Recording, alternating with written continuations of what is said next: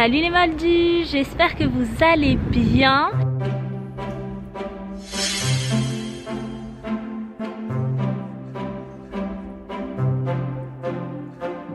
Je vous retrouve aujourd'hui depuis la Monnaie de Paris en compagnie de cette personne, Marie Le Terrier. Et il y a également Titi derrière là qui court. Depuis quand Titi court? Enfin... Donc nous sommes à la Monnaie de Paris pour aller visiter les ateliers, là où ils frappent les pièces, enfin voilà. L'atelier de gravure.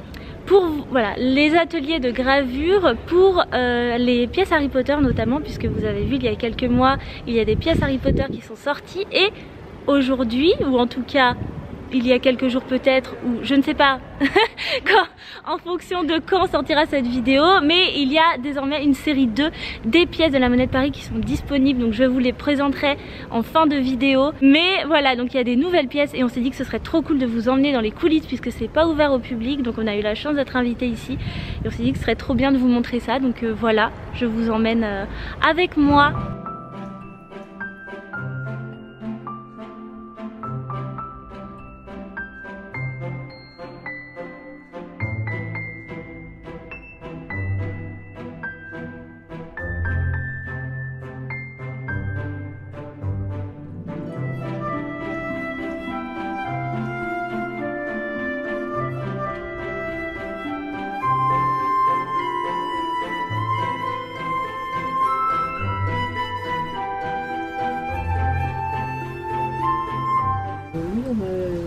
Fait d'abord un dessin à partir de la charte Warner en essayant d'adapter en fonction des contraintes techniques parce que celle-ci elle est quand même dans une forme un peu spéciale, elle est pas ronde. Comment vous vous êtes dit pour reconnaître Hermione on va faire ça comme ça? C'est à force d'observer, on va essayer de trouver le petit détail, le caractère qui va faire pour pouvoir reconnaître le portrait.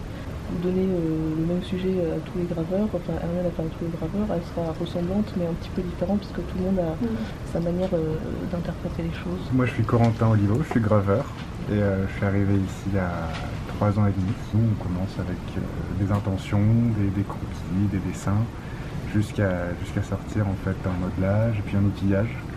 Et nous notre travail c'est vraiment du dessin jusqu'à l'outillage. Ça nous parle, on a grandi un peu avec Harry et ses copains, donc c'est sûr que les films on les connaît par cœur, notamment Mélanie, Claire et moi, mais bon tout le monde s'est mis de bon cœur sur ce projet et oui c'est vrai que c'était plus facile d'imaginer un lien, d'imaginer une idée sur des choses qu'on connaît super bien quoi.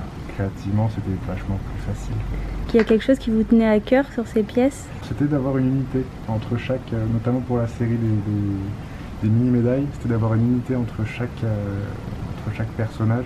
Et donc on a, peut-être ça se voit pas au premier coup d'œil, mais ils ont tous un fond qui est particulier et qui les rattache soit à leur maison dans l'école, soit à leur allégeance. On voit le signe des mange-morts sur certains. La Dobby, là, ses chaussettes, ça j'y tenais beaucoup. Je tenais beaucoup aux chaussettes de Dobby. Parce que c'est un elfe libre. Voilà, j'aurais bien aimé le trouver, trouver une image qui lui corresponde. Il y a un moment il a des petites chaussures, j'adore ces petites chaussures, mais ça marchait moins bien dans une forme ronde, ou alors on aurait fait un gros plan sur ses pieds, ça aurait été formidable aussi, mais moins représentatif.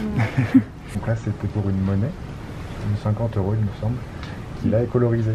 C'est-à-dire qu'il fallait trouver une bonne raison de coloriser quelque chose qui ait du sens. Et donc là, on s'est dit, on va faire les 4 maisons avec leurs couleurs bien définies. Là, cette monnaie-là, j'ai fait, je sais pas, 6-7 versions peut-être.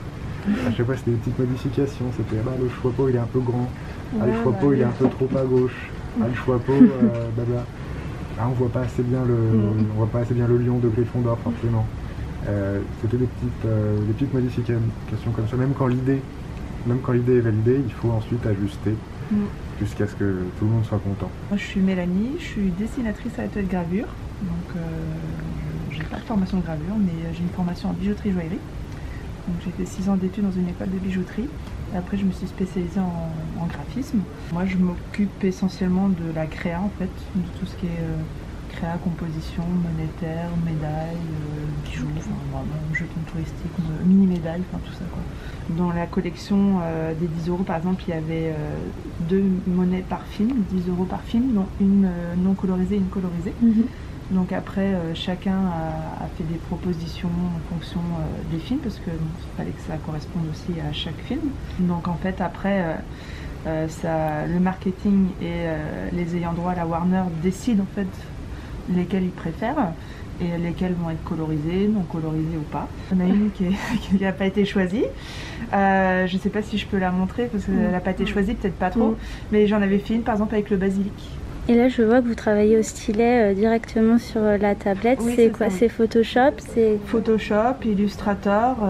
Donc on fait des croquis aussi. On travaille aussi sur papier. Hein, on ne fait pas que du numérique. On fait d'abord des petits croquis pour voir la direction, l'idée qu'on voudrait. Et après, on commence à composer, voir ce qui s'ajuste bien, ce qui est aussi esthétique. Hein, et puis après, on conçoit avec Illustrator et on finit en général sur Photoshop pour faire... on redessine aussi tous les volumes aussi pour donner cet aspect aussi de volume qui est particulier à la gravure en fait. Je m'appelle Sonia Roger, je suis graveur ici depuis une dizaine d'années. J'ai fait les Beaux-Arts de Paris en gravure en médaille. Moi j'ai fait ces 3 jetons là, les médailles Sirius, ce que vous voyez ici. Pour tout ce qui est médaille, on va commencer comme ça. On va prendre de la plastiline, c'est comme de l'argile, mais sauf que ça ne sèche pas à l'air. On va monter les volumes et au bout d'un moment, on va voir que la plastiline, on n'a plus cette dextérité. Après, c'est subjectif. Il y a des graveurs qui vont passer plusieurs semaines dessus, d'autres très peu de temps et attaquer au plâtre. Donc après, on va couler un plâtre. De ce plâtre-là, quand on va le démouler, ça va faire un creux, comme ici. Dans ce creux-là, on va continuer à travailler. On va faire des détails qu'on aurait eu plus de mal à faire dans le relief, dans la plastiline. S'il y a des bijoux, s'il y a des détails, des barrettes dans les cheveux, par exemple, des choses comme ça. Le graveur, en amont, sait ce qu'il va avoir à faire dans le creux ou dans le positif. Une fois qu'on estime qu'on a fait le maximum de travail sur notre creux, on va recouler un plâtre, on va le démouler et on va donc travailler sur le positif. Et autant de fois qu'on a besoin, on peut faire négatif-positif. Quand le positif est fini, on va le mettre sous un palpeur laser, le dernier, qui nous semble le mieux. C'est une machine qui va mémoriser les reliefs et les creux et qui va transformer notre travail en fichier numérique. Là, on peut continuer à faire des détails. C'est-à-dire que les plâtres que vous voyez ici, ils ne sont pas finis. On va retravailler un peu sur, par exemple, l'expression des yeux ou sur les cheveux, la matière, la texture, les choses comme ça. On va aussi faire les textes sur les monnaies, par exemple. Les textes, on ne va pas les faire sur le plâtre, on va les faire sur des logiciels qui sont plus appropriés, qui vont beaucoup plus vite et qui sont nickel. Voilà. En une seule frappe, la monnaie ou la mini-médaille doit être sortie. Le résultat ne doit pas être plus épais que l'épaisseur d'un ticket de métro. La médaille en elle-même, c'est autre chose, c'est plus gros, donc on va frapper un peu. Là par exemple, il y a un très gros raccourci sur la baguette et la main. On a dû faire au moins 4 ou 5 passes peut-être pour frapper et faire sortir le volume sur chaque médaille. Les outils n'existent pas dans le marché, donc on se les fabrique nous-mêmes. Au début, moi j'aime bien travailler avec des outils en bois pour la plastiline. Les mini-médailles et le monétaire, il n'y a pas cette étape plastiline. On va partir d'une galette de plâtre, une galette de plâtre comme ça. On va faire un rhodoïde, c'est-à-dire un papier comme ça, comme un papier de calque qu'on va poser. On va faire tout ce qui est la superficie principale. On va creuser. Et après, on va couler un autre plâtre, on va démouler et on va avoir un relief. Par exemple, là, j'ai fait la silhouette de Sirius. On a ce relief qui est tout plat, puisqu'on n'a pas sculpté, et on va venir sculpter dedans. Le but du polissage, c'est de faire ressortir la gravure et le poli. Là, on travaille avec des fiches, des codes couleurs. On part toujours de la couleur la plus claire, c'est-à-dire le jaune, ensuite le rose, le bleu et le vert. Là, vous voyez une partie polie. Donc pour réaliser le polissage, on sert de 2 bâtons en peuplier avec de la pâte. Donc pour obtenir ces couleurs, système de pochoir. On commence par la plus claire, Ensuite on fait la plus foncée, la rose, donc on est obligé de cacher la plus claire, donc pour la cacher c'est un scotch. Et ensuite nous découpons toute la partie jaune autour, on laisse le scotch sur la partie jaune et on fait la partie rose.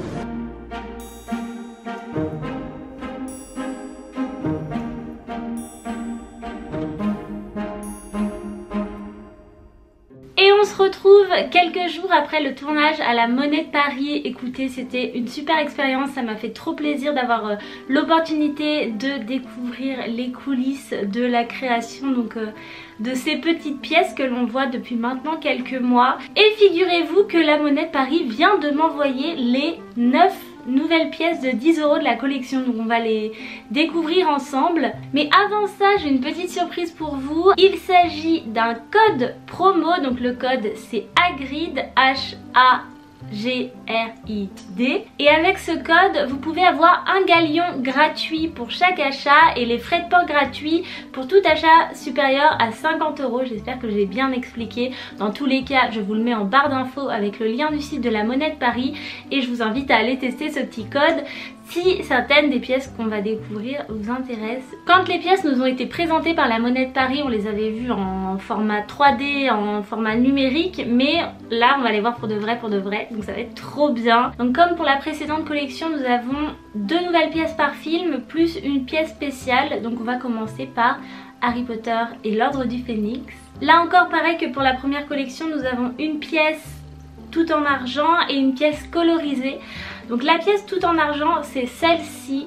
Il s'agit d'un portrait de l'armée de Dumbledore. Donc on a Harry au premier plan avec Luna, Ginny, Hermione, Ron et Neville, il me semble, derrière lui. Elle est trop jolie cette pièce. On a même la petite statue avec laquelle il s'entraîne. Quand il nous l'avait présentée, je l'avais trouvée sublime. Là on voit même les détails dans les cheveux de Hermione, s'il vous plaît, alors qu'elle est hyper loin.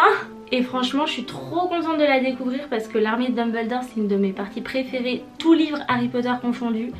Donc c'est trop cool. On a même le mur et tout au premier plan à droite. J'aime trop. Et pour la pièce colorisée, c'est d'ores et déjà une de mes préférées. Ce sont les Mange-Morts. Donc je pense qu'il y a Lucius et Bellatrix notamment, avec la prophétie en colorisé bleu au premier plan. Pareil, les détails sont assez dingues, la colorisation est super sympa. J'avais été tellement conquise par la première collection, je suis pareillement... voilà. On passe au Prince de Sang Mêlé, donc la pièce non colorisée, c'est une pièce qui représente le Prince de Sang Mêlé, grosse surprise, donc Rogue. On retrouve également sur la pièce le manuel avancé de préparation des potions ainsi que 2 fioles. Bon, vous connaissez mon amour, ou devrais-je dire mon désamour pour Rogue. Donc clairement c'est pas ma pièce préférée, mais j'admets qu'elle est assez ouf. Je regarde les reliefs et tout, je trouve ça assez dingue. Et la pièce colorisée en l'occurrence je l'aime beaucoup, même si vous connaissez encore une fois mon désamour pour Dumbledore, mais celle-ci elle est vraiment sublime. On a donc Dumbledore en colorisé avec le médaillon de Salazar Serpentard. Et si on regarde bien derrière, il y a l'ombre du profil de Harry. Celle-là je la trouve vraiment sublime et je trouve les détails sur les cheveux et la barbe de Dumbledore assez dingue. Même au niveau du visage de Dumbledore, on voit qu'il y a vraiment eu un travail sur le vieillissement et tout ça. Et franchement, il y a donc une de mes pièces préférées dans Les Reliques de la Mort partie 1 et c'est la pièce non colorisée. Cette pièce, elle représente Ron et Hermione qui sont en train de s'étreindre avec l'épée de Gryffondor. Juste...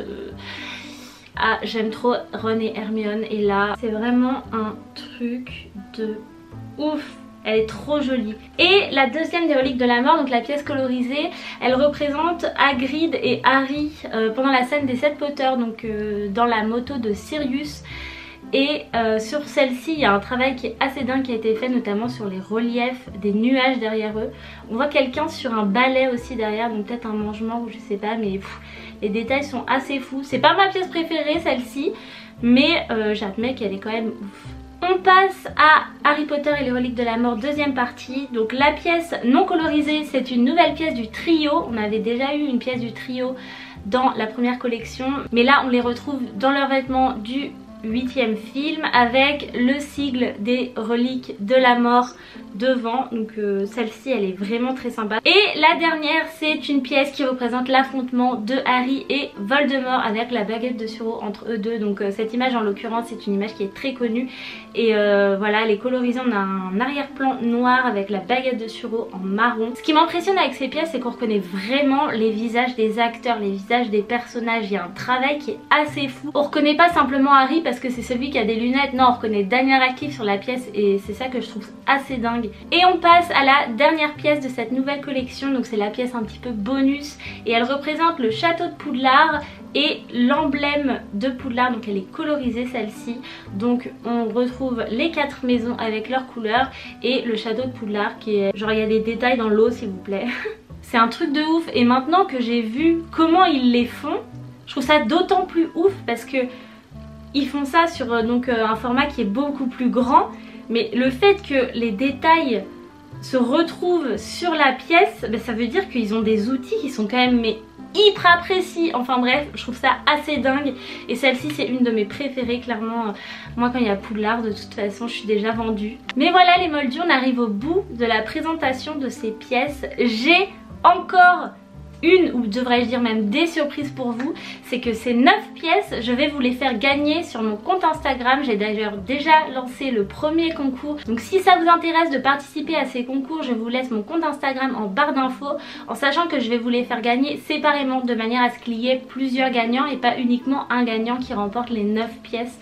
Donc voilà, ce sera mon petit cadeau en approche de Noël et j'espère que ça vous fait plaisir autant que moi ça me fait plaisir de collaborer avec une institution telle que la Monnaie de Paris. Je trouve ça juste fou d'avoir cette opportunité aujourd'hui de collaborer avec eux. Donc encore un grand merci à eux pour l'invitation déjà dans l'atelier, enfin dans les ateliers, parce que c'était vraiment super cool de voir ça de l'intérieur. Un grand merci à eux également pour les pièces qu'ils m'ont envoyées, pour me permettre de vous faire gagner tout ça. Enfin voilà, un grand merci à eux. Si la vidéo vous a plu, vous savez quoi faire. Un petit pouce, la petite cloche et abonnez-vous à la chaîne juste en dessous. Sur ce, moi je vous laisse et je vous donne rendez-vous dans une prochaine vidéo. A bientôt, bye.